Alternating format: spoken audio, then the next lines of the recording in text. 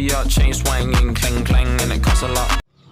Baiklah, pada video kali ini saya akan membahas 3 poin penting. Yang pertama, konsep kekuasaan dan kewenangan. Yang kedua, lembaga-lembaga tinggi di Indonesia. Yang ketiga, perbedaan sistem pemerintahan parlementer dan sistem pemerintahan presidensial.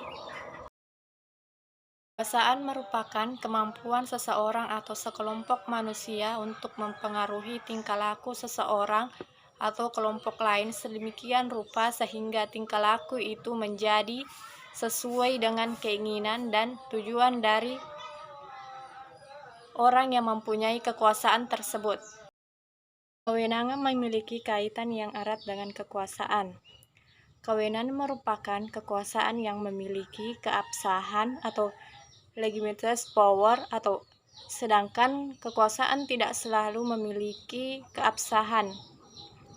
Kewenangan bersifat dinamis, oleh karena itu kewenangan dapat berubah-ubah sesuai dari sudut pandang pengakuan masyarakat. Lembaga negara tertinggi menurut Undang-Undang 1945 hasil amandemen terdiri dari 4. Yang pertama, yudikatif yang terdiri dari Mahkamah Agung dan Mahkamah Konstitusi. Yang kedua, eksekutif yang terdiri dari Presiden dan Wakil Presiden. Yang ketiga, legislatif yang terdiri dari MPR, DPR, dan DPD. Yang keempat, eksaminatif yang terdiri dari BPK.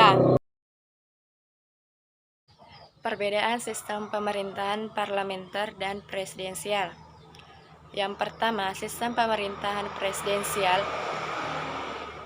Presiden menjabat sebagai kepala negara sekaligus kepala pemerintahan, sedangkan sistem pemerintahan parlementer, kepala negara dijabat oleh raja, sultan maupun presiden, sementara kepala pemerintahan dijabat oleh perdana menteri.